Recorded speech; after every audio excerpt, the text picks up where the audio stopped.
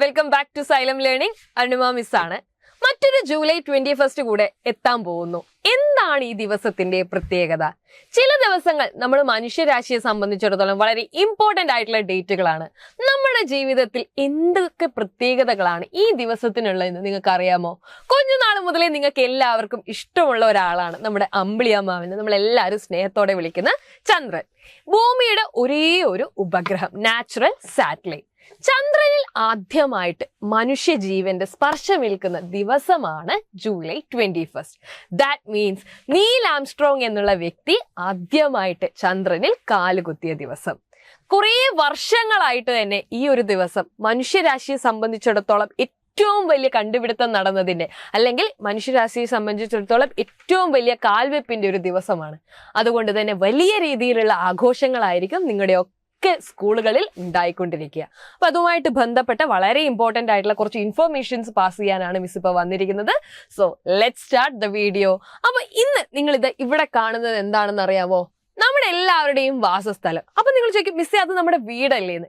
നമ്മുടെ ഏറ്റവും വലിയ വീട് എന്ന് പറയുന്നത് നമ്മുടെ ഗാലക്സിയാണ് അല്ലെ. എന്താണ് ഈ ഗാലക്സി എന്ന് പറയുന്നത്? വലിയ നക്ഷത്രങ്ങളുടെയും ഗ്രഹങ്ങളുടെയും സമൂഹത്തെയാണ് നമ്മൾ ഈ ഗാലക്സി എന്ന് വിളിക്കുന്നത്. അപ്പൊ നമ്മുടെ ഗാലക്സി ഏതാണെന്ന് അറിയാവോ നിങ്ങൾക്ക്? ക്ഷീരപഥം അഥവാ മിൽക്കി വേ ഗാലക്സി.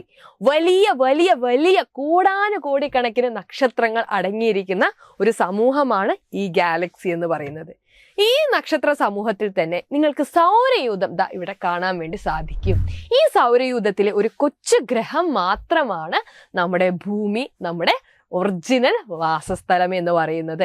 അപ്പൊ ഭൂമി അടക്കം മറ്റ് 7 ഗ്രഹങ്ങൾ കൂടെ ഇതിനെ ചുറ്റുന്നുണ്ട് അല്ലെ. ഏതിനെ ചുറ്റുന്നുണ്ട്? നടുക്കൊരാളെ നിങ്ങൾ കാണുന്നില്ലേ?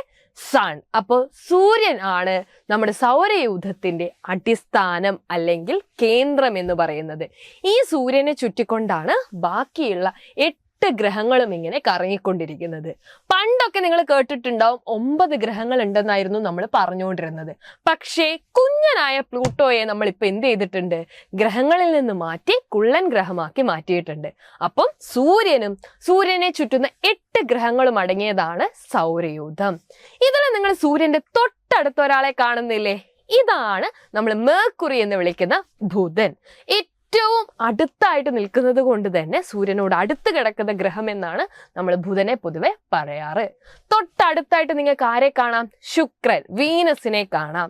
ബുധനാണ് സൂര്യനോട് അടുത്ത് കിടക്കുന്ന ഗ്രഹമെങ്കിൽ കൂടെ ഏറ്റവും ചൂട് കൂടിയ ഗ്രഹം ആരാണ്?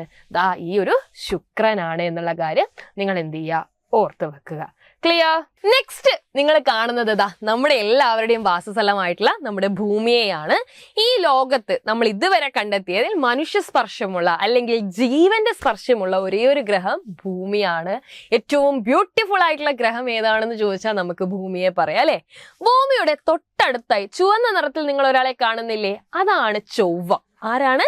ചൊവ്വ ഗ്രഹം. എന്തുകൊണ്ടാണ് ഭൂമിയുടെ തൊട്ടടുത്ത് നിൽക്കുന്ന ചൊവ്വയ്ക്ക് ഇത്ര ചുവപ്പ് എന്ന് ചോദിച്ചു കഴിഞ്ഞാൽ ചൊവ്വയിലുള്ള ഇരുമ്പിന്റെ സാന്നിധ്യമാണ് ഈ ചുവപ്പ് നിറത്തിന് കാരണം. ഇനി അതിന് തൊട്ടടുത്തായി നിങ്ങൾ ഒരാളെ കാണുന്നില്ലേ? കൂട്ടത്തിൽ ഏറ്റവും വലിയ ആളാണ് അല്ലെ അവിടെ നിൽക്കുന്നത്. ആരാണത്? നമ്മുടെ ജുപ്പിറ്റർ, വ്യാഴമാണ്. സൗരയൂഥത്തിൽ ഏറ്റവും വലിയ ഗ്രഹമായിട്ടുള്ള വ്യാഴത്തെയാണ് നിങ്ങൾ അവിടെ കാണുന്നത്. വ്യാഴത്തിനും തൊട്ടപ്പുറം കുറച്ചാർക്കും ഇല്ലാത്ത അല്ലെ, മറ്റാർക്കും ഇല്ലാത്ത രീതിയിലുള്ള പ്രത്യേകതകളുമായിട്ട് വലയത്തോടുകൂടി ഒരു ഗ്രഹത്തെ നിങ്ങൾ അവിടെ കാണുന്നുണ്ട്. അതാണ് നമ്മുടെ ശനി, സാറ്റേൺ എന്ന് പറയുന്ന ഗ്രഹം. അപ്പൊ സൗരയൂഥത്തിൽ വലയമുള്ള ഗ്രഹം ഏതാണെന്ന് ചോദിച്ചാൽ ആരാണ്? സാറ്റേൺ ആണ്. അത് കഴിഞ്ഞ് തൊട്ടപ്പുറത്ത് നിങ്ങൾക്ക് ആരെ കാണാം? യുറാനസ് ഗ്രഹത്തെ നിങ്ങൾക്ക് കാണാൻ സാധിക്കും. അതിനും തൊട്ടപ്പുറത്തായിട്ട് കാണുന്ന ആളാരാണ്? നെപ്റ്റ്യൂൺ. അപ്പൊ സൗരയൂഥത്തിലെ ഏറ്റവും ദൂരെ നിൽക്കുന്ന അല്ലെ, സൂര്യനിൽ നിന്ന് ഏറ്റവും അകലെ നിൽക്കുന്ന നെപ്റ്റ്യൂണിനെയും നിങ്ങൾക്ക് കാണാം. അപ്പോ ഇത്തരം ഒരുപാട് ഗ്രഹങ്ങൾ അല്ലെ, സൗരയൂഥത്തിലെ ഗ്രഹങ്ങളെ കുറിച്ച് മാത്രമാണ് മിസ് ഇപ്പൊ പറഞ്ഞിരിക്കുന്നത്. ഓരോ നക്ഷത്ര സമൂഹത്തിലും അല്ലെ ഇത്തരത്തിലുള്ള ഒരുപാട് ഗ്രഹങ്ങളുണ്ട്. ആ ഗ്രഹങ്ങളെ ചുറ്റി സഞ്ചരിക്കുന്ന ഉപഗ്രഹങ്ങളുമുണ്ട്. നമ്മൾ കണ്ടതൊന്നുമല്ല അല്ലെ ഈ ഒരു ലോകം എന്ന് പറയുന്നത്, കാണാത്തത് അതിനേറെയാണ്. അപ്പൊ ഈ വരുന്ന ചാന്ദ്രദിനം നമുക്കൊരു തിരിച്ചറിവായിരിക്കണം അല്ലെ, നമ്മൾ ഈ കണ്ടതൊന്നുമല്ല ലോകം, കാണാത്തത് ഒരുപാടുണ്ട്. അതിനെ തേടിയുള്ള യാത്രയിൽ നിങ്ങളും പങ്കാളികളാവണം. അപ്പൊ സ്പേസിനെ കുറിച്ച് കൂടുതൽ എക്സൈറ്റഡ് ആയിട്ടുള്ള കുറേ വിവരങ്ങളുമായിട്ട് ടീച്ചേഴ്സ് എല്ലാവരും വരുന്നതായിരിക്കും. Until then, bye bye, see you.